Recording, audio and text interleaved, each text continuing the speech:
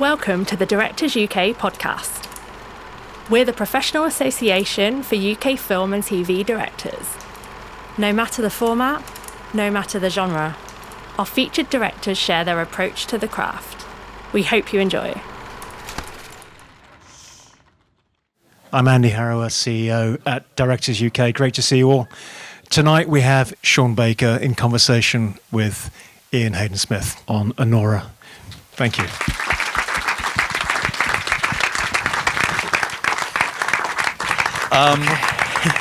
Let's just talk about Genesis, how this idea for Anora developed, and did it develop in a different way to any of your previous films?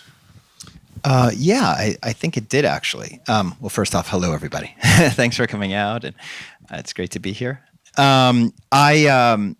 It did, just because of the amount of time it took to get to where we are now. It's like literally like 17 years. I made a film called Prince of Broadway with Karan Karagulian, who plays Taurus in the movie.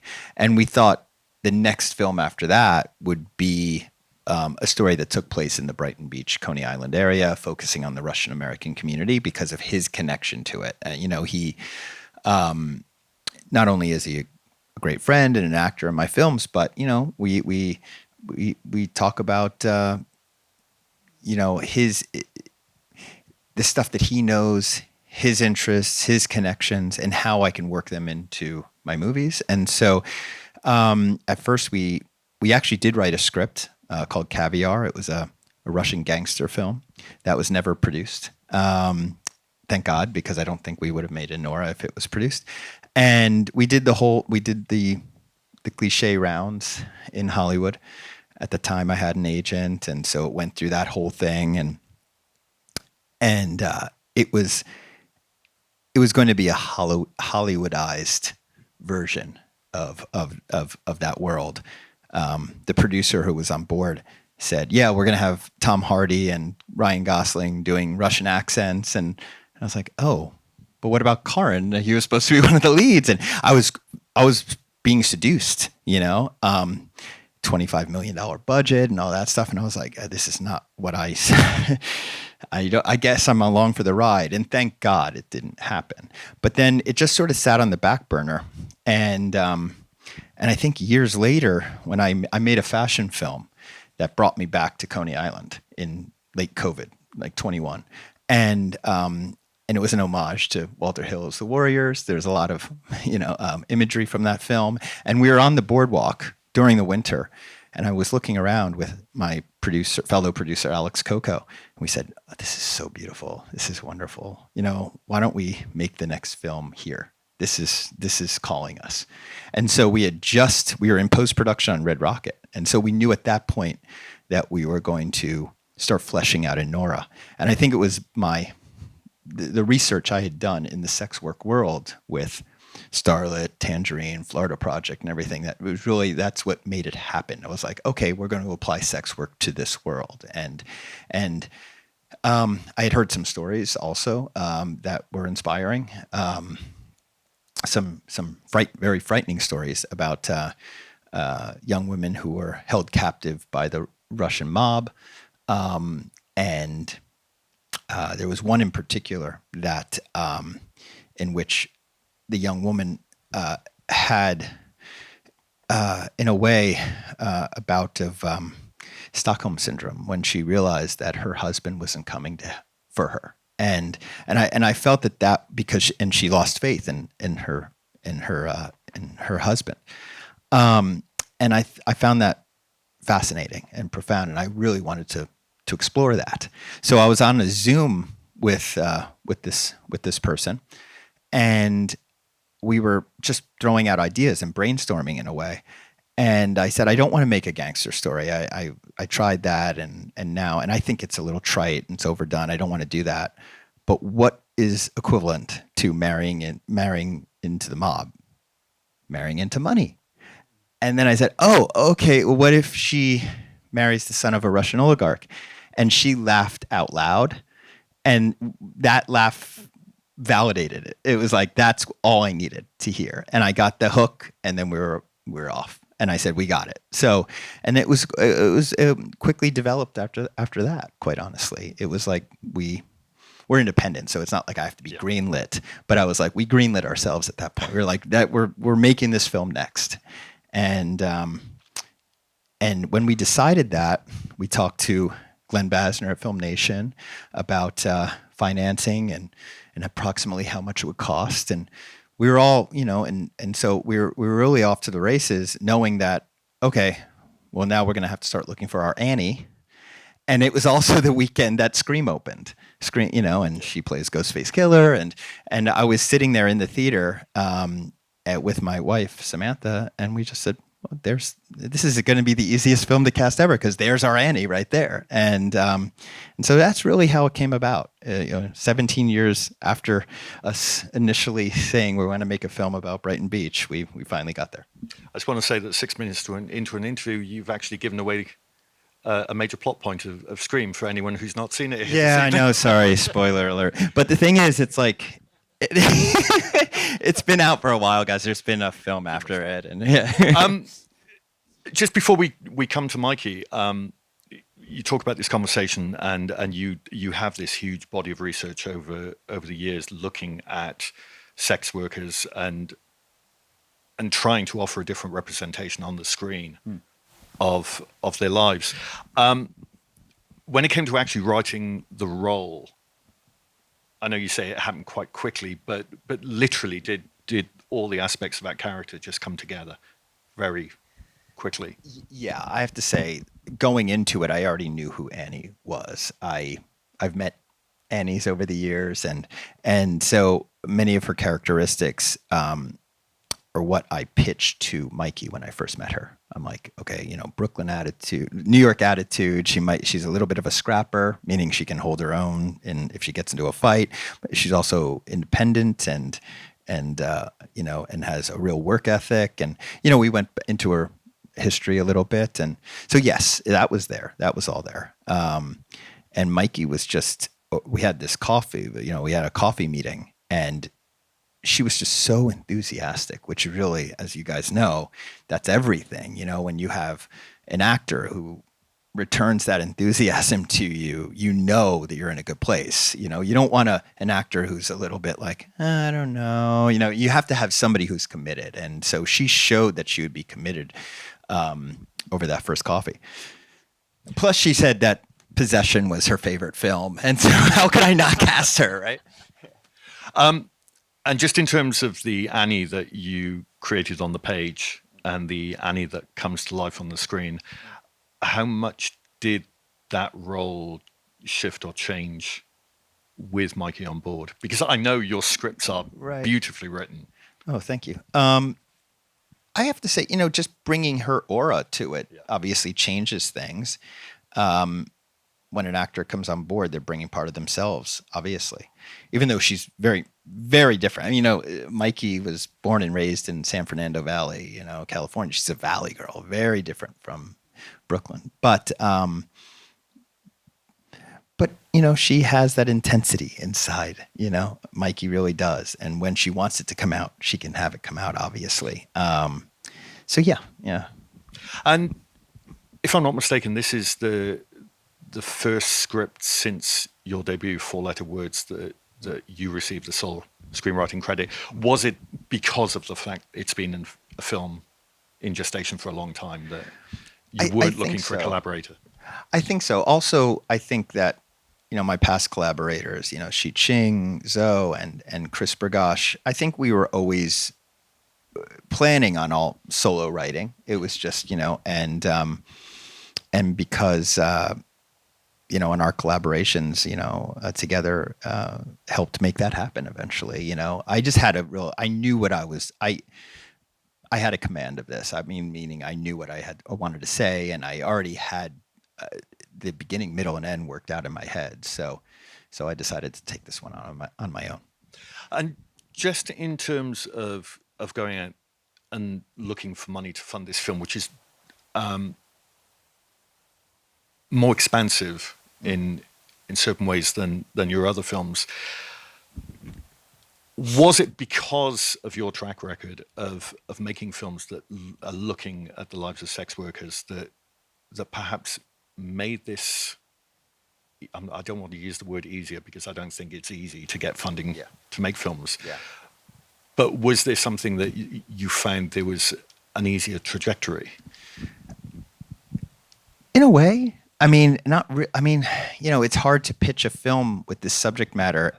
Glenn Basner, who I worked with on Red Rocket, trusted us, but also, was very stern and said, "This is the cap.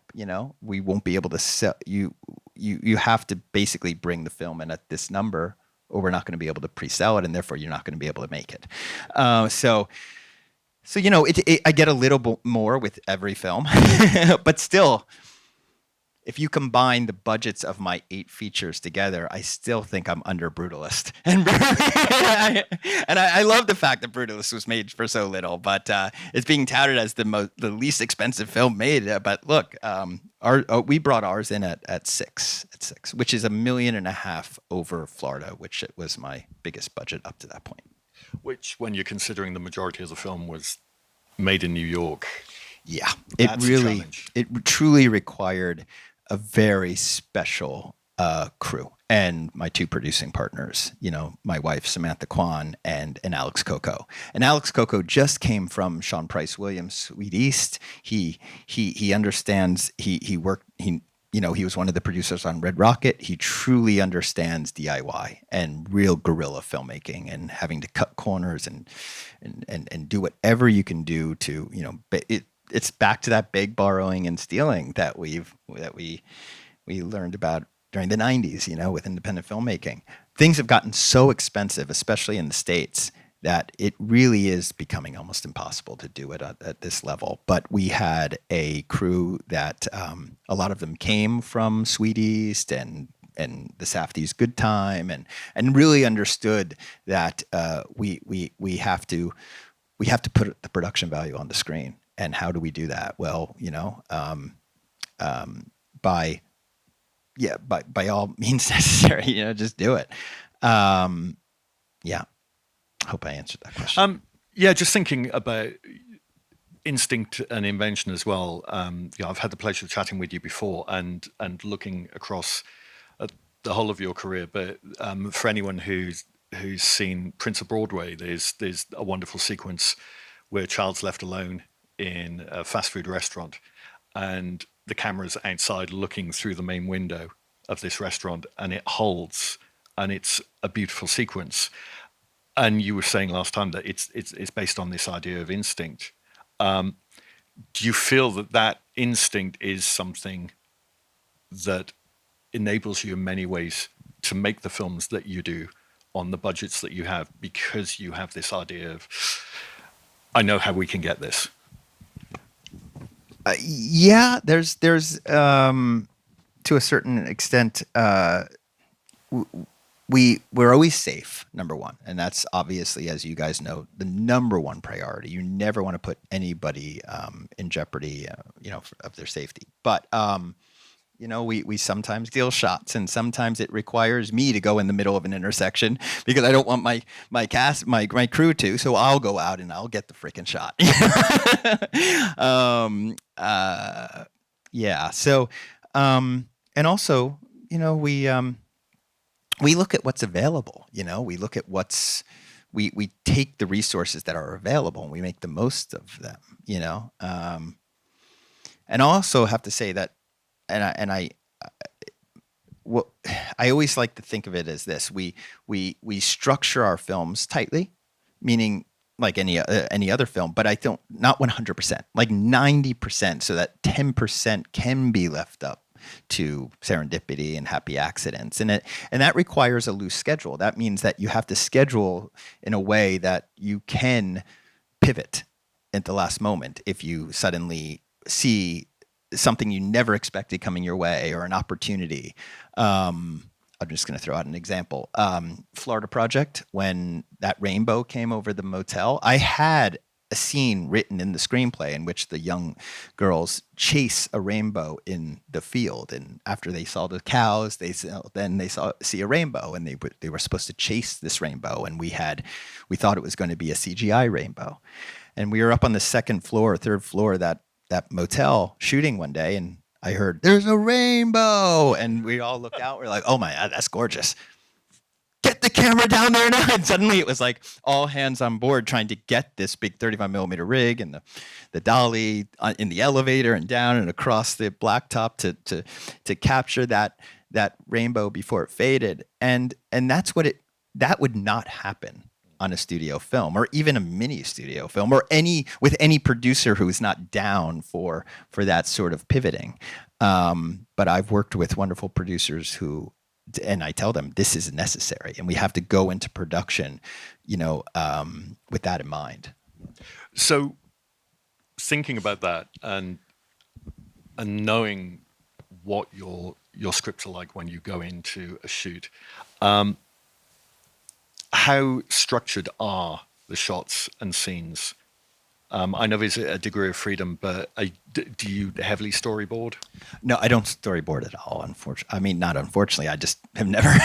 First off, I never could afford one, and I can't draw. I can't illustrate, so that's why I basically haven't had a storyboardist up to now. I do shot list, and now I use Artemis, the app where I get when I'm at a location that I know we've locked and we're shooting on this location. Well, then I can actually spend time there, and even sometimes with my actors, I had the luxury of doing that, like with the mansion with Anora. We were able to get into the mansion early. The family was so nice to allow us in there, and we basically blocked everything out with Artemis. But it really depends on the scene or set piece. Sometimes it's intentionally left to the point where we don't know what's happening until we we show up on set. Like what we call the crawl, where they're looking for Yvonne, and we just had them go from like establishment to establishment. We wanted that to feel docu, so we didn't want to prep too heavy for it. So when we knew we were shooting at the pool hall that day, that one shot where they come into the pool hall and they ask, so we just went, we obviously got permission, but we didn't like pre-plan that shot. We showed up, we saw where all the real people were playing pool that day, and we positioned the camera so that we could capture our actors with the locals and shot. But then other times, obviously, like everything that took place in the mansion and the end and lots of other scenes throughout the film, very calculated and pre-planned and shot listed. Actually, I do want to come to a crawl, but in a short while. But let's stay with the mansion and just talk about finding the locations. Yeah. That's an extraordinary place. Oh my God, yeah! I got every location I wanted with this film. Ross Broder, who is my incredible location manager, I was in West Hollywood writing this thing, so I wasn't in New York. Usually I like getting on the road and exploring an area, but I didn't have the luxury this time. So I was in West Hollywood, and I was like, I got to start putting a mansion in my brain so I can start writing to it. I knew it would be the Sheepshead Bay Area because that's accurate. That's where one of these mansions, where the family of a Russian oligarch might live, right? So I just typed in biggest and best mansion in Brighton Beach, and that thing came up because it was on the market like 5 years earlier. It was actually designed for and lived in by a Russian oligarch, and he sold it in the beginning of COVID to a local family. And so it was on Zillow, that site And so there's like literally 100 photos of the mansion on Zillow. So I was able to just toggle through and see, living room, kitchen, boom, boom. And I started to feel it more. So, and then I just reached out to Ross and I said, you got to get me this mansion. And it worked out. He found me that club, which was an amazing find. So locations are very important. I mean, they're characters in films. They should be. For my films, they are. They're very important. So, and I've been very lucky throughout my career. And obviously, majority of the film takes place in New York, but you have this brief sojourn in Las Vegas, which is like an incredible high on top of the sort of high we're already experiencing watching the trajectory of this story. I just wondered what the challenges were like filming there. Vegas. Well, we had the Palms allow us to do what we want, and we had this beautiful suite. And to tell you the truth, it was scheduled for 6 days, and we did have some production budgetary issues by the time we got to Vegas. I mean, we shot out New York, and then we took 20 days off, and then went to Vegas to wrap up. And so we shot there for 3 days, and it was just nonstop. It was really just about like, we have to get all of this. So it was running and gunning the entire time. And that was more planned out, obviously. I had 20 days to think about it. And there was some stuff that was left on the cutting room floor that was actually very guerrilla. We had them on the strip talking to flamingo girls. I think that's going to be on the Blu-ray because it's a funny moment. But we really went guerrilla style there. And also it was celebratory because it was the end of the shoot and we were in Vegas. We actually, as soon as we wrapped, it was one of the dancing scenes. Everyone just kept dancing. And then we went back to the suite to have our wrap party and we partied till 10 a.m. Watched the sun come up over Vegas. It was a magic moment. Footage of which will also be on the Blu-ray. I don't think so. You mentioned Karen, who's been in every one of your films, and as Toros in this, he's magnificent. On this film, you were also casting director. Could you talk about some of the other members, Mark and Yura in particular? Yeah, sure. Well, yeah, in a way, I would say Karin, Yura, and Mikey were essentially precast because I hadn't written the screenplay yet, but I knew they were going to be, I knew their characters, I knew they were going to be a part of it. So I saw Yura in Compartment Number 6, the wonderful Finnish film by Juho Kuusmaisen that I saw. I was at Cannes the year with Red Rocket when Compartment Number 6 was there. And so I'd already started, as I told you, I knew Anora was the next film at that point. So, and I knew there was this eager character that wasn't completely fleshed out yet, but enough where I was like, that's our eager. Simple as that. And so he was on board early, and he was the one who brought Mark on. I was actually initially thinking, and thank God I didn't go this way, but for the Ivan character, I was actually thinking like stunt casting there with a young Russian rapper influencer who is very much like Ivan, which would have been very difficult, I think, to now in hindsight. And I think Yura saw that and was like, no, you don't want to do that. You want to go with a real actor for this. And I just worked with this wonderful young actor in Russia, and I highly recommend him. And we reached out to Mark, and Mark sent us probably the best self-tape I've ever received. He did it in the nude. Insane. It was like, just not full front. It was from the back. His little butt. Looking out to the streets of Moscow, smoking a cigarette with a beanie on, and he turns and the camera zooms in as he delivers this wonderful, he did this monologue, and it was just so funny. And so I knew he had to be our Ivan, and then it was like scrambling to get these two guys visas in time to shoot the film. Vache came through Karin, who said there's this great comedian you should check out. And he happens to be one of Armenia's biggest, if not biggest, comedian.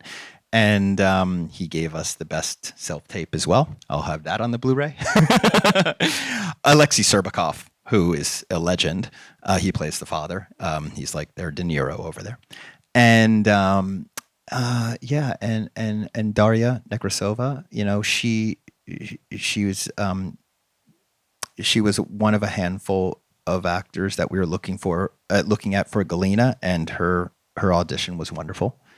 So everybody came from different places. My wife is also she's very much involved with the casting, and so once I have to shift into almost like full director mode, and I really don't have time to be thinking about supporting cast, she takes over, and oh my God, she's incredible. Like with the with the supporting cast, like Yvonne's friends. You know, I cast Ivy Woke because I knew her from who plays Crystal in the candy shop.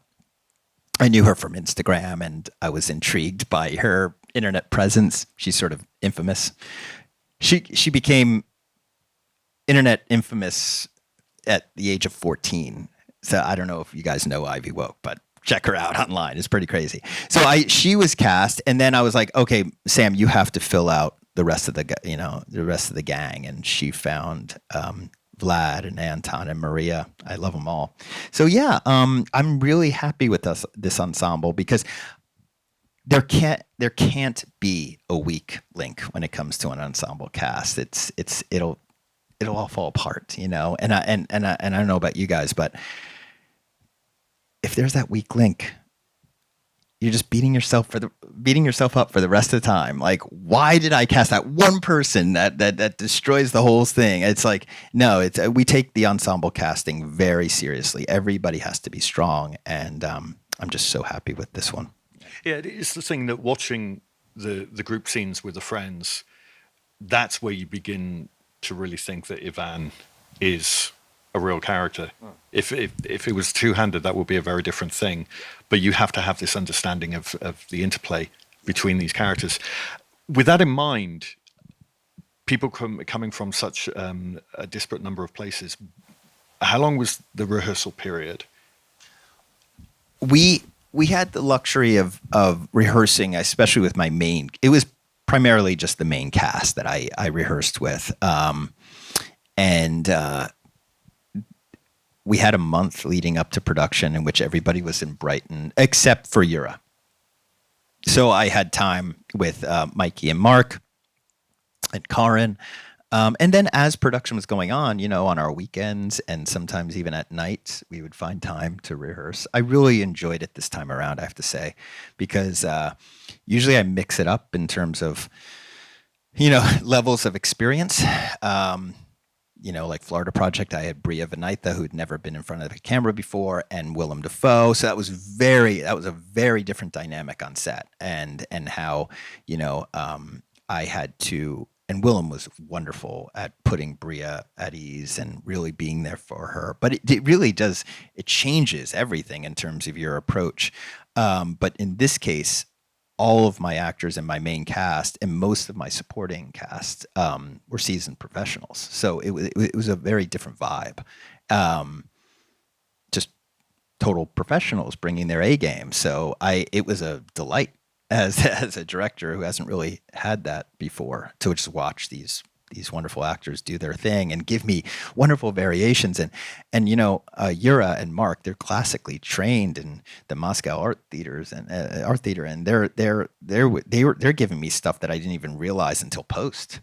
You know, really studying their performance in each take and knowing that they were very aware of me as an editor and giving me slight variations on every single take.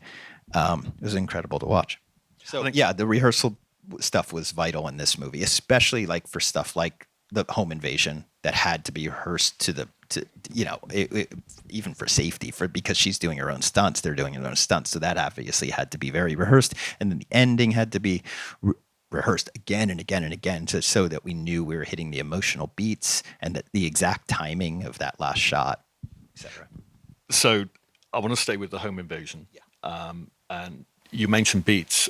I actually want to talk about the comic beats in terms of that sequence, because the thing I love about it is the volume is pushed up to 11 at certain moments. But one of the moments that I absolutely love, and every time I watch it, I just look forward to it coming, is the scene with Yura and Mikey just sat quietly on the sofa. And just that moment where you think he's going to say something, and he doesn't. But knowing where to go with the beats in that sequence, knowing the pace, the rhythm, when to go loud, when to bring it back down again. Could you just talk about bringing that whole thing together? Yeah, it's hard to be truly specific about it because it's obviously a little bit written. Then you find it during production, but you ultimately find it in post. You know, it's how much to hold on these characters, the timing, especially of that sequence, that moment, because you have those two on the couch. You have Garnick in the kitchen looking for ice for his face, and you have Toros on the way to the house. So there's a lot of intercutting there that you can't really know exactly how that's going to be until you're editing. And so it is. I didn't deviate that far from the screenplay, but I guess the way that we approached it is I did overshoot. Not over, but I'm glad I wish I shot more, quite honestly, as the editor wanted to kill the director and me, because there was stuff where I'm like, why didn't I just shoot like this angle? Like there were a few times where I just grabbed moments of that whole 28-minute, sequence. Once Karin comes into the house, or Toros comes into the house, I chose stupidly to like cover Karin in sections instead of covering Karin throughout the entire scene. And that was something I was really pissed off at myself about in post. I was like, I don't know why. So I did it without all the other actors. I kind of made sure that the coverage, I got more coverage than normal, knowing that we didn't want to break real time and continuity had to be right on. But just the lovely things that I hadn't noticed till watching it this time. Toros running into the room with the red scarf. And just suddenly it's just... Well, that was a moment that was very planned, because that was the crescendo. That was like what was going to get us to that smash cut of the gag in her mouth, the scarf in her mouth, essentially. And that was actually, we didn't know. We were trying to figure out, is the crescendo big enough? Is it really just that's boom, boom, boom, boom, boom, cut, right? So I didn't know whether I had enough boom, boom, boom, boom, right? So, and it was Yura. It was actually Yura who said, let me scream back in her face louder than she's screaming. And I said, yeah, go for it, man. And we rolled on Yura, and he said, stop screaming, please stop screaming. And to the point where he became beet red, and the veins were popping in his forehead. And we were just like, oh my God. Yeah, he just gave me the crescendo. But that whole section was, we shot more than I normally do. And we actually waited until the sun broke in the clouds through the clouds to get that moment with Toros running with the scarf, knowing that would probably be the last shot. And there was that wonderful horse statue that my production designer got, Stephen Phelps, and we placed it right on that dining room table, and it was just, and the flares that those Lomo lenses give you, and Karin with that silly run. we probably shot that.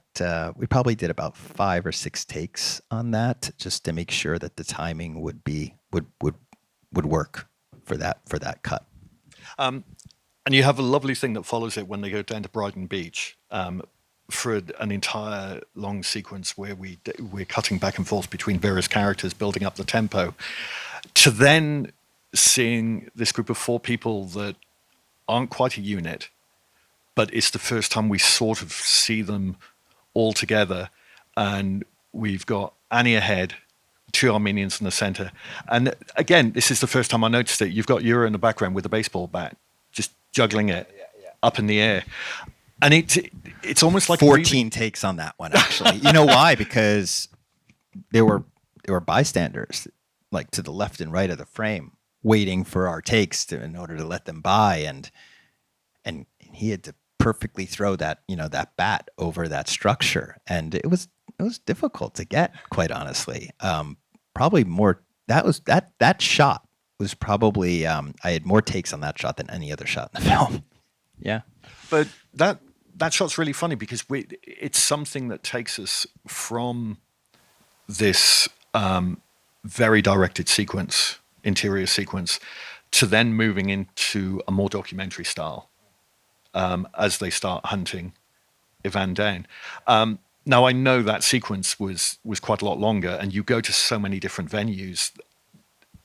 How long did it take you to whittle that down to what we end up seeing in the film? Well, I think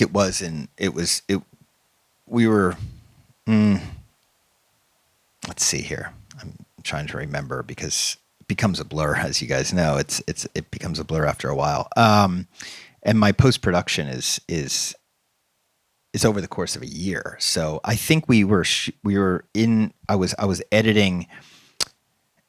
There were a few more establishments and there were a few more moments on Brighton Beach Boulevard. But I think I actually did expect, when I originally wrote the screenplay, I thought, we call it The Crawl. I thought The Crawl was going to be longer, actually. I thought it was going to be almost the meat of the film in a weird way. And it ends up being only 6 minutes long. And still I read on Letterboxd that it's too long.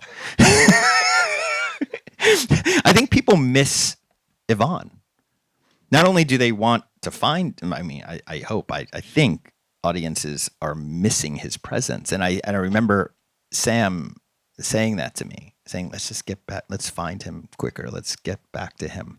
So what I think first started off as like maybe 12 minutes got down to 5.5 to 6 in the edit. How do you negotiate the relationship between you, the director, and you, the editor? Because very early on, you created a very specific approach to editing.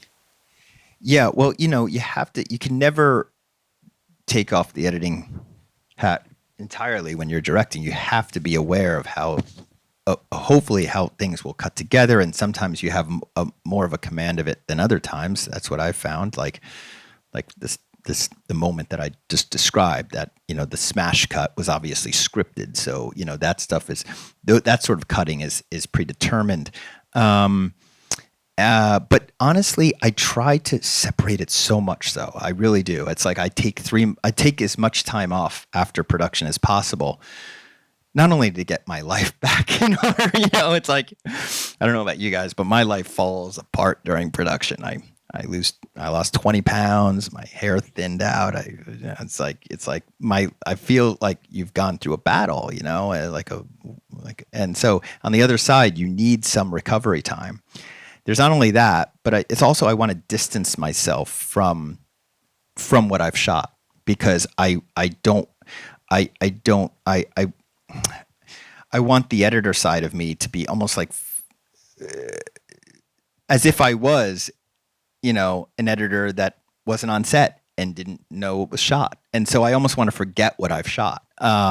It's like 3 months later, 4 months later when I'm and they're like, Sean, you really got to start now. It's time.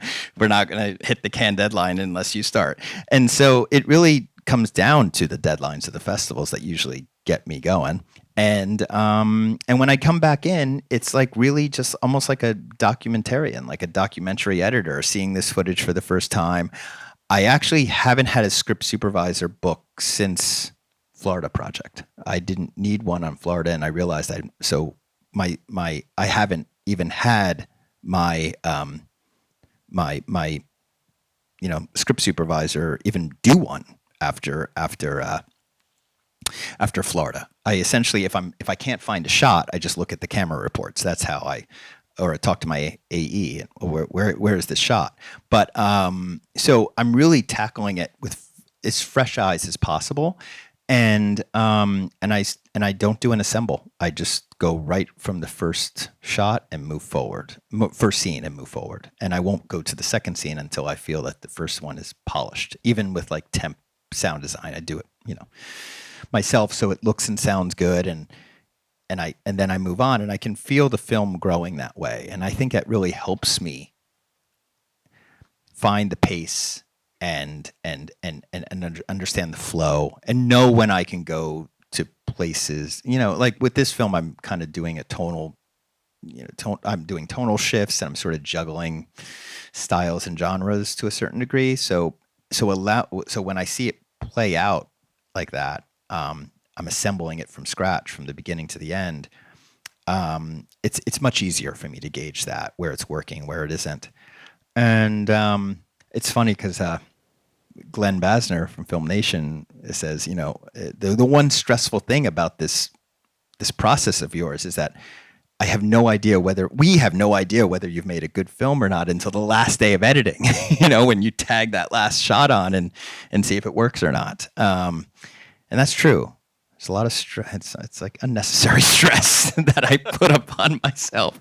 And plus I'm a vampire. I become a vampire, and that's bad. That's not healthy. I edit at night. I can't seem to edit during the day. I don't know what it is. So we wake up at 5 p.m., take care of, what we need to take care of, go on a hike with the dog, have our breakfast, blah, blah, blah, and then get into the editing around 9 p.m. and edit till dawn. And that lasts 8 months. It's not healthy. It's not healthy. Hi, I really enjoyed the film. Thank you. I wanted to ask about the character of Igor, because the way you set him up from his entrance and the way he's sort of planted for the end is really captivating. And the relationship that he has visually and with Anora as well, I thought was really well done. And I just want to know, when you're writing, how that character evolved and how he evolved in the edit as well. Yeah, thank you. Yeah, Yuro Borisev, he's an incredible actor. I mean, and I think it must have been he must have been taken aback when he read the screenplay, because there's very little dialogue. And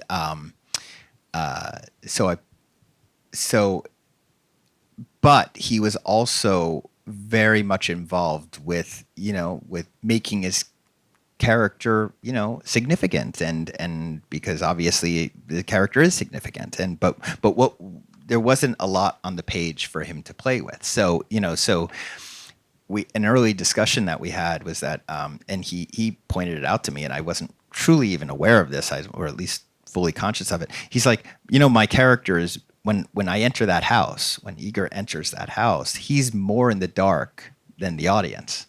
The audience is actually ahead of him, and so he's trying to figure out the situation. He's trying to figure out the relationships. Who is Annie for, and her relationship to this family, and why am I here? And so I think you see that in his performance. You see those wheels turning on every shot, and he was brilliant at just somehow emoting that through his eyes. It's really incredible. He brought a lot, he suggested a lot, and he's so brilliant that I would be like, yeah, let's go for it. For example, I mentioned earlier helping me with that crescendo, right? And then also in the diner, it could have just been him sitting there eating, but instead he's like, I'm going to do this whole entire scene with a hamburger in my mouth. He didn't use a spit bucket. I gave him one, but he ate 5 burgers on camera, like insane, and just shoving in his mouth on every take. And I think even Mikey broke at one point. It was just so fun to watch. I mean, the guy is incredible, and he really wanted to, he wanted to do that character justice, and he did. And it was a real collaborative, experience with him. So I'm intrigued. A great deal of your work so far has been set in contemporary America. Have you ever been creatively seduced by the idea of telling a story in another time and another place? There are... Yes, because I've entertained the thought, because I hate the cell phone. The cell phone kills screenplays. You know what I mean? And even getting that one shot where we had to dolly into her cell phone, or into a cell phone, when we hear Toros on the other side, that was killing me. It was like, this is an inanimate object. I like shooting humans. Like, you know what I mean? So that would make my life a lot easier if I was able to make a film pre-cell phones, pre-internet, about a time pre those things. But at the same time, I look at the films that I love, like, over the last 100 years of cinema, and usually the ones that I love are saying something about the time that they were made in, contemporary stories. So for future generations looking like this is well, this is 2000. Actually, the film takes place in 2019 if you really look. So future generations. Oh, this was 2019, New York City, Brooklyn. You know, that those are the stories I want to tell, and what I want to represent. So I'm going to stick with contemporary stories right now. Who knows? Who knows? This film made me want to just go through your back catalogue. I'd never seen one of your films before. I think it was amazing, and I went and bought Takeaway and want to watch your other films as well. But Thank you. I'm glad I just restored them.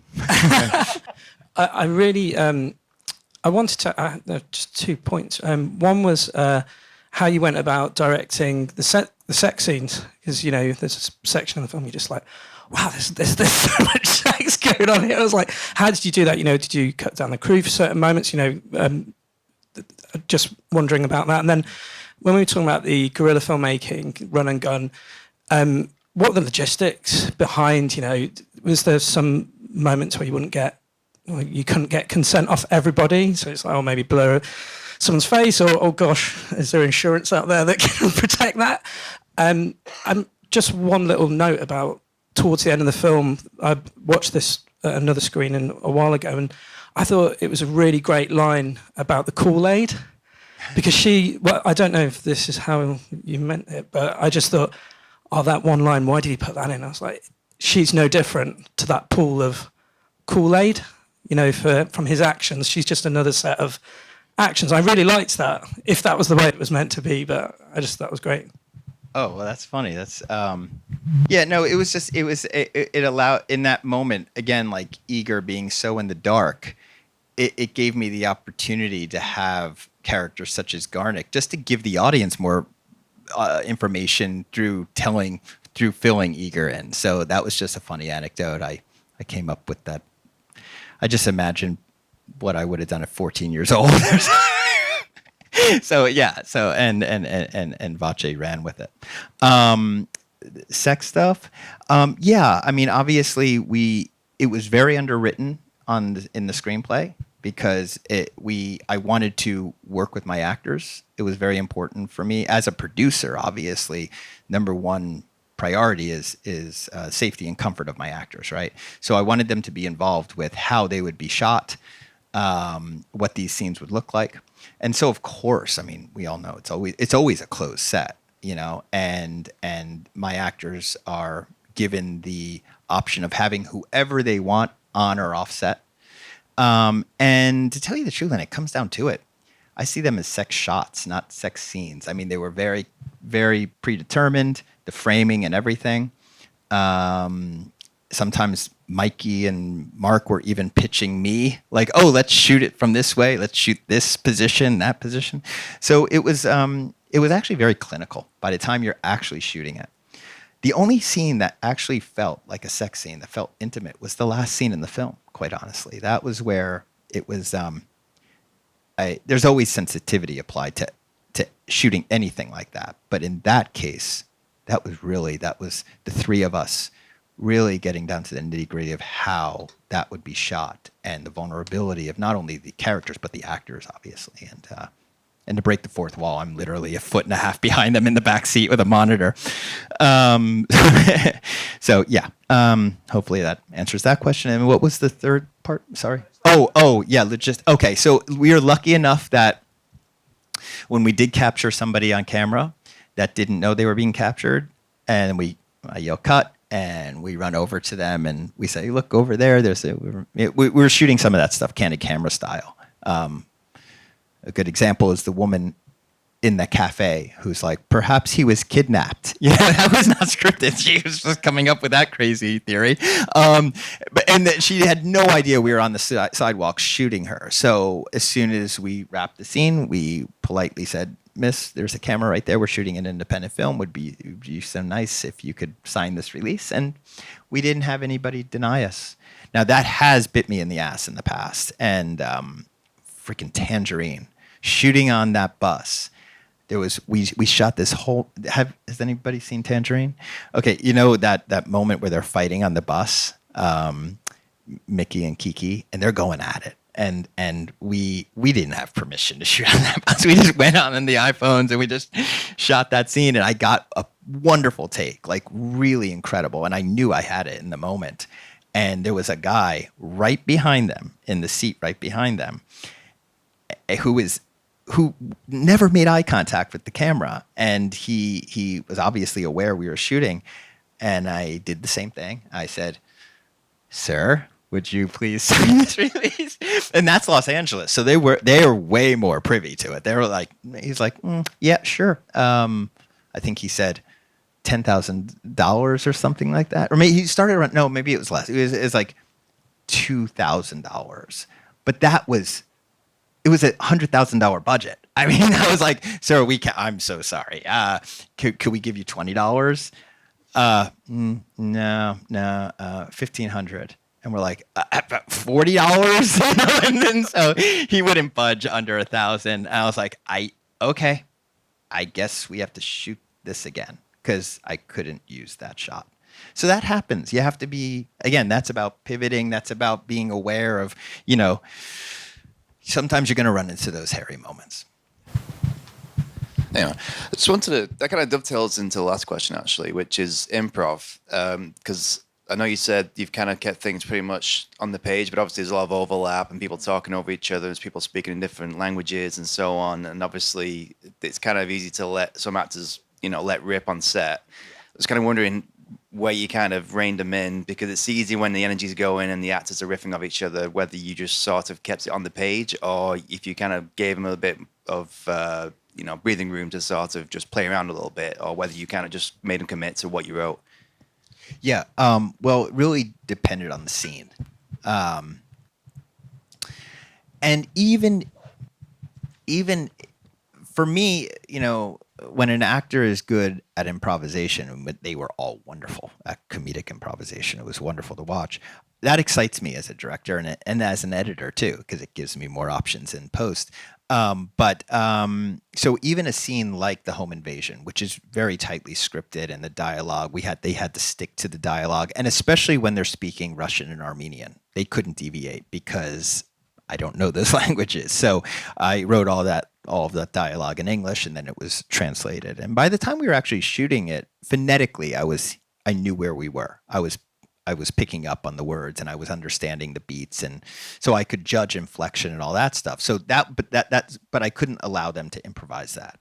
I mean, in those languages, the only time I allowed them to improvise, like in Armenian, was like at the gas station when Toros is just chastising Garnick about the vomit, and I just said, "Guys, give me 5 minutes of this."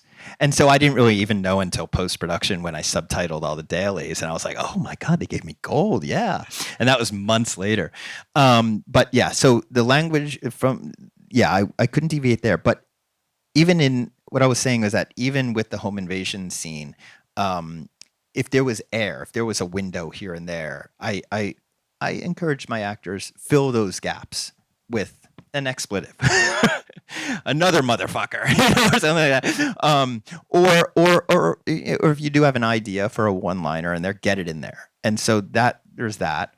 And then there's other sequences in the film that rely heavily on improvisation, like the opening of the film before her boss introduces her to Yvonne. I wanted that docu-style feel. And so that was really heavily reliant on Mikey and the research she had done. She spent time in that club and she shadowed dancers, and so she knew what those interactions would be. And she's so smart and so wonderful that she understood that every single interaction had to be slightly different, because that's what it's like in real life. A dancer who works at that club has to approach a client and within seconds read that guy and figure out, okay, how do I have to perform in this moment? How do I have to adjust my approach here to get this guy to a lap dance, to a private, and with that goal being in mind. And so it was wonderful. We shot 30 minutes of it, 3 mags, 2 times with a telephoto, just following her around, and 1 time with handheld, and just allowing her to she gave us 30 minutes of just improvisation that I whittled down to about 3 minutes 3.5, 4 minutes in the film. So it really depends on the scene. And yeah. But again, I've been lucky. I've been blessed throughout my career to work with actors that have that skill, that have that gift of comedic improvisation. Can you please join me in thanking Sean Baker? Thanks, guys. Thank you very much. Thanks. This podcast was recorded at a Directors UK member event. You can hear plenty more directors in conversation by subscribing on the usual streaming platforms. Follow us on social media and find out more about us at directors.uk.com.